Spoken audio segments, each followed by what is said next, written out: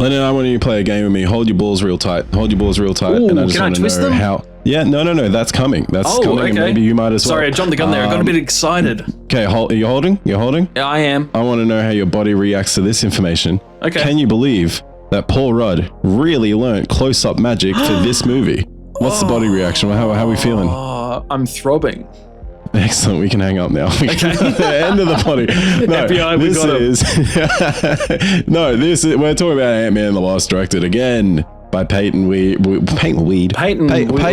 What is he doing with this movie? I mean, okay, in a lot of ways, I assume we needed this after Infinity War. And by this, I mean sort of a nothing movie. A filler. Like, I feel like the entire point of this movie was for the post-credit scene because who is it? What's what are their names? Pfeiffer's who's in this movie? Janet, who's in this movie? Janet Van Dyne goes, be careful about going into the quantum realm because there's time vortexes. I think that's literally the whole reason this movie exists. Dude, I don't think anything in this fucking movie makes sense. Like, I was just thinking about Ghost's plan. Yeah.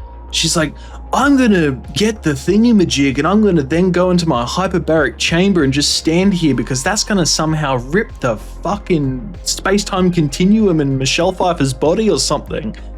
What?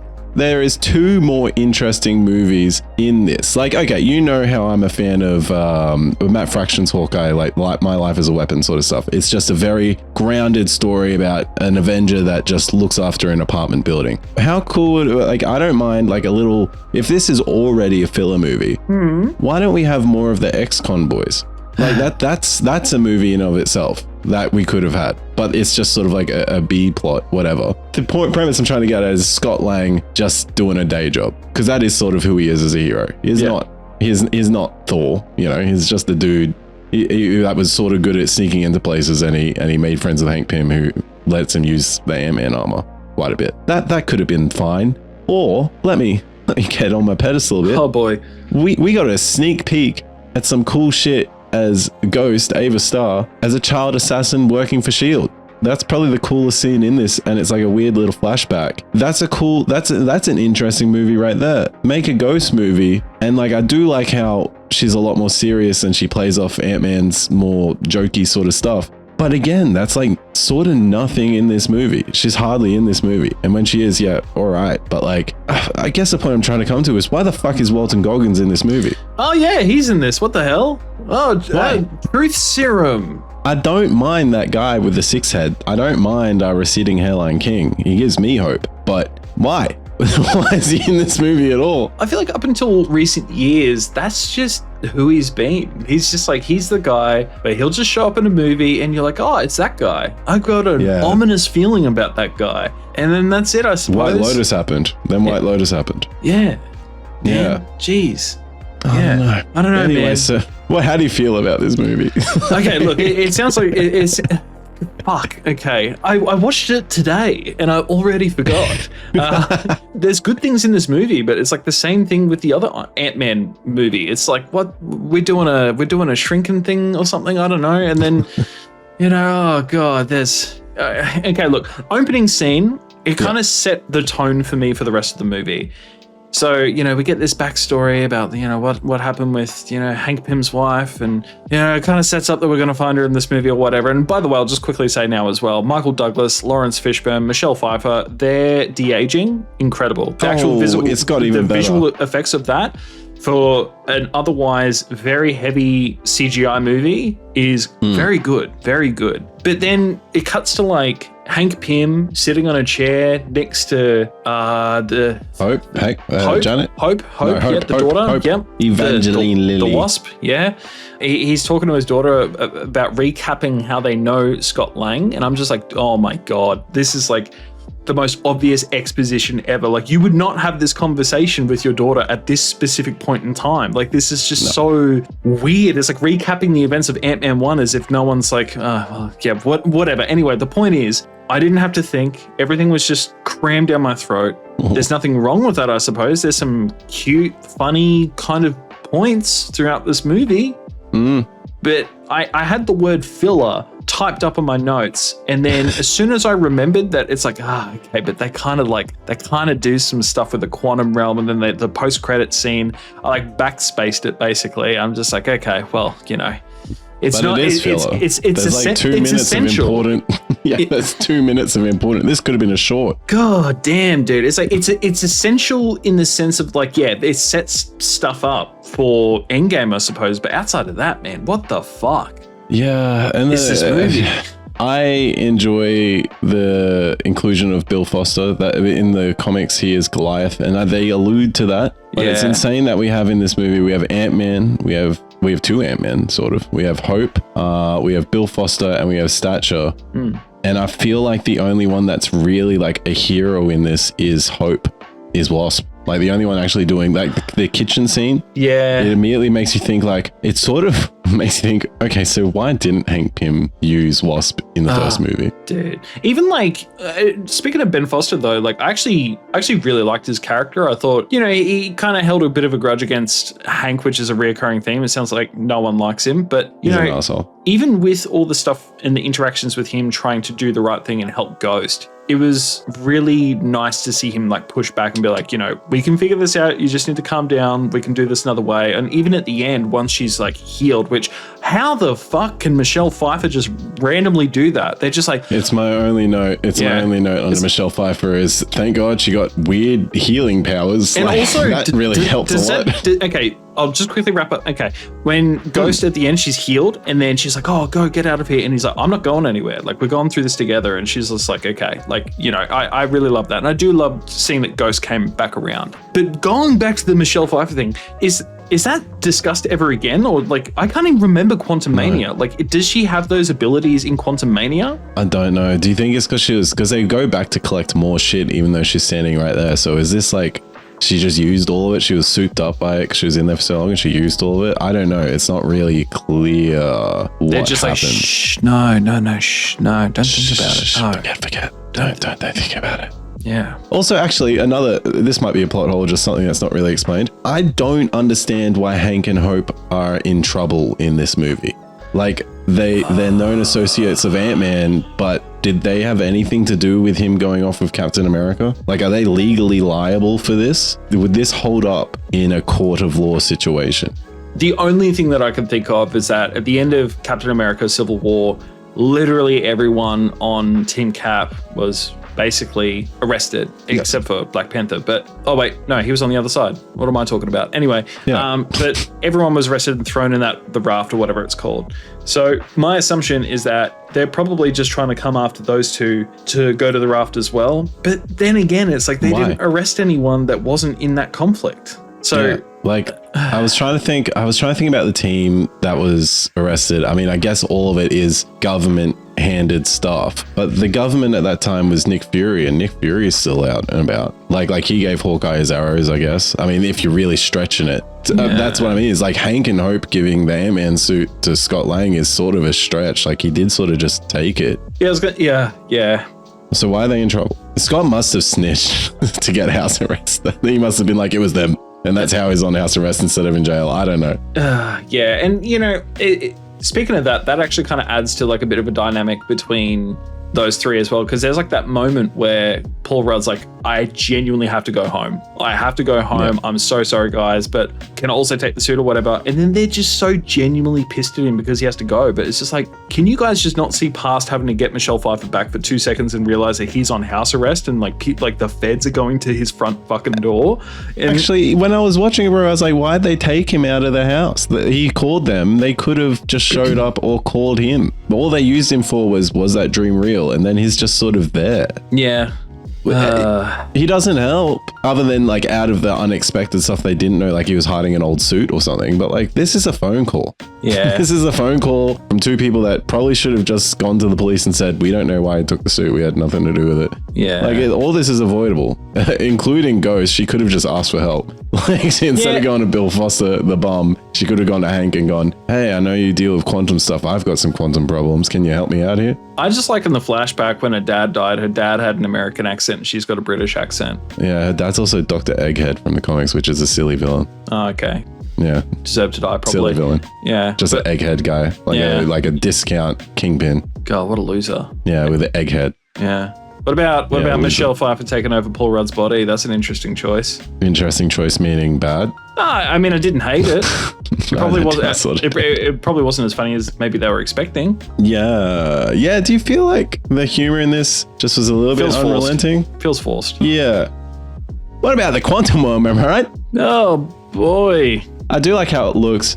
Yeah. Can I say a pet peeve? Oh, dude. Well, we already have been, but yeah, go for it. Why isn't it called? It's called the microverse in the comics. Is It's it? a micro universe. So why is it called the quantum realm? I mean, like, I feel like they say quantum every second word of this movie. They really do. We get it. Yeah. We get the science behind it. We get it's quantum bullshit. You would cut the quantum word count in half if you just called it the microverse. And I'm sure we can get it. You get micro to go there. I think I'm sure quantum realms just sounds cooler. It's a micro universe. Yeah. It's a microverse. But quantum. I hear quantum too much and it's driving me up the Physics or fucking something. wall. Yeah. Yeah, physics that don't make sense. I don't know. There's a lot to do with this movie that I don't like. Did I have a good time? No. I think I just had a time. Yeah. This movie is just clocks in just short of 2 hours. So 2 hours passed and went and I was there for it. Yeah. Honestly, it actually felt long to me, this movie. I was just like, oh, fuck this. Hijinks and calamity are still ensuing. Jesus fucking Christ. And How many more hijinks can I put up with? my God, I can't handle much more hijinks. But, well, how about we just focus on, like, what are some good things you like about this movie? Okay. I like Wasp. She's good. Yeah. And she has a bit more personality in this. She's still a bit hard-ass, but she has time to have a believable romantic connection with Scott Lang because situationally they weren't together and then they weren't together, whatever. And she is a lot more capable than Scott Lang. So I do like Wasp in this. I think outside of Janet taking over Paul Rudd's body, Michelle Pfeiffer does a good job. Oh, and except for her weird healing powers. I do love the father-daughter relationships in this movie. You've got Hank Pym and Hope. I think they have grown to be a good team in between movies. Wish we saw a bit more of how they got there. That's interesting to me. And then you've got Scott Lang and his daughter. Can't remember, his Cassie. Cassie, yeah. Yeah. But then, like, you know, this is also a movie where canonically we have a scene where a child-sized human runs unnoticed out of a school and into a van. So that school needs better teachers. I never thought of it like that. That's the only thing I could think about. I was like, where are the teachers in this? Like, kids leaving the school. That is actually so good. Yeah. I don't know, man. Like, I even thought, like, moments like that, like at the school, I'm like, oh wow, this is 80, but, like, you know, I mean, it's fun. I don't have that much of a cold heart. Like, I could acknowledge that that's kind of fun. I really like the dynamic between Scott and his daughter Cassie, you know, especially with her little pep talk to get Paul to, you know, fly out the nest. And I know I said it last time, but I really love the co-parenting dynamic in this movie. It's actually so funny how much the new partner is just so about Paul Rudd. He's just so just like, come here, buddy, give me a big hug or whatever. And he's always like giving him the benefit of the doubt in this movie. I fucking love that dude. I think it's awesome that we can see this like really healthy kind of dynamic between the three of them. It's different for cinema to be like, this is actually a nice big family, even though the mum and dad are split. Yeah, no, exactly. And then, you know, and it makes sense because the stepfather also just saw Scott Lang save the stepdaughter. Like Exactly, you know, like that makes sense. That checks. Exactly. And then, you know, you also have like, you know, fun moments. Like I thought the car chase at the end, you know, it was all right. You know, big giant Pez dispenser flying about and stuff like that, you know, that's cool. I mean, there's some cool moments of Ghost, even though I do think she was underutilized. Maybe if we got rid of Sonny Birch, Walton Goggins' character, like her suit and like the phasing, fucking sick. Yeah, that is a cool power set. Even just like the way they show her warping, like it's not just like her forward in the scene and blurring. It's like actual different takes. Like there's a scene where she's like getting mad at Bill, I'm pretty sure, and you can see like there's a warped sort of ghostly image of her like gritting her teeth shouting, and then the actual performance is her full open mouth like yelling sort of thing. Like that stuff's cool, and like you can sort of see as she's more comfortable that happens less, and when she's suffering she's almost transparent. Like, and like her at the end of her first scene, throwing her hand through Hank's neck in the van. That was pretty cool. I wish we got more with her like brutality, because I think it's an interesting idea to have such a brutal, a literal child assassin villain versus a hero like Ant-Man, like Scott Lang's Ant-Man. He's a fucking goof. He's hardly even a hero. He only does stuff to help his family, which is heroic in a way, but he's not Captain America, you know, saving people from being exterminated by giant helicopters. I don't know. There's stuff in this movie that I do like, and I didn't necessarily have a bad time. And I know we spent a lot of this talking about the bad times that we've had, but it did sort of feel like a big fucking nothing burger, maybe 3 movies in one sort of journey that we went through with this. Yeah, it's a viewing experience where if I don't enjoy something, whether it's a video game or a movie, I try and think to myself, okay, I'm having issues with this, but like, how would I do this differently? And honestly, usually I either come up with something or I'm like, oh man, I really can't think of anything. This is like one of the few movies where I'm like, I don't even give a fuck. I don't even care about what I would do differently. It's just that like, I just think that this movie is just like, all right, let's sweep it under the rug and let's keep going. And I think for the actress's sake who plays Ghost, I'm glad that she came back in the Thunderbolts and like she was better.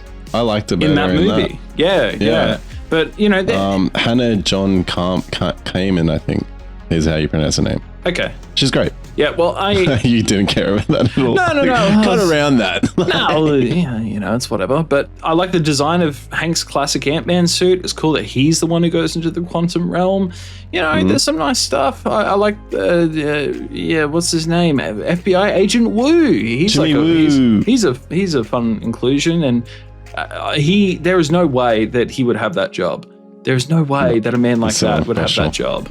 I did laugh. Like, one of the laughs that this movie actually did get me with was like, "What are you doing up?" Like, the dinner thing is so awkward, dude. I'll give him that. Like, that was okay. Yeah. And the one time Louise made me laugh was the "What's up?" because I feel like that was actually so good. And also, I reckon this is probably one of my favorite Stan Lee cameos that we've gotten. What was this? I can't remember. Where he's basically just like, I think the van or the car just shrinks in front of him, and then he's just like, oh man, like I knew I had my fun in the 60s, but I'm really paying for it now. I'm like, okay, that's actually really good. That's not bad. That's not bad at all. I don't really have much else to say. Man. We've said everything. Like, I think, verdict. What are your final thoughts? We've said it throughout. Verdicts, yeah. It's a movie. It's just a movie. Exist. There was pictures and characters and things. Yep. God, I wish like the Disney Plus shorts or the featurettes existed, because this is sort of just a featurette. Man, can you imagine if Kang was in this and then he got beat up by the giant Pez dispenser? Imagine if Kang got beat up by plenty of big ants. Big ants beat up Kang. Man, imagine if he got injected with truth serum and beaten up by Walton Goggins. Oh, I'm glad that Walton Goggins goons saw the light at the end of the day, but those ex-cons boys, that shit is truth serum, and I don't know why they spent so much time denying it. Post-credits. Oh, actually, I did like the outro credits. The outro credits. The outro credit? They look like small toys. It just, I don't know, reminded me of there's a kid's show called A Town Called Panic back in the day. Yeah, it reminded me of that. Anyway, that's it. All right, so the post-credit scenes. Yep. The gang gets snapped while Scott's stuck in the quantum realm. Very necessary post-credit scene, arguably more important than the entire movie. Like, this is sort of what the movie is existing, because like this is why it exists. They're like, guys, there's a van here, there's a tunnel, a teleporter quantum thingy here. And we're all here, Scott. Oh, just kidding. We're not here anymore. My only question about that is that, like, I know that Infinity War basically takes a day. Is it like over the course of a day, maybe, or maybe a couple of days? I don't know. But either way, if you're in San Fran and you're on a rooftop, you're about to do all this shit. Surely, by the time you're literally about to get snapped, the whole world will know of this like invasion. Like the whole world at this point would know about a global invasion within the hour. What are they doing? I don't know. Okay. I don't know, buddy. Okay. I don't know. I can't answer these questions for you. Okay. I have no idea. All right. They're doing nothing. Okay. They're trying to get Ghost a little medicine for some reason, because Michelle Pfeiffer can't do it anymore. Sure. Okay. Yeah. Love this movie. And then the second post-credit scene, giant ant playing drums. Yep. Wowza. Yippee. Yep. Giant airplane drums. Stick around next week because we're going to look at Captain Marvel, a celebrated film that everyone loves. Yeah, and she's And then we also get to do she's Endgame. stronger than everyone, remember? She's the strongest there is. All right. Thanks for listening. Bye. What was that episode?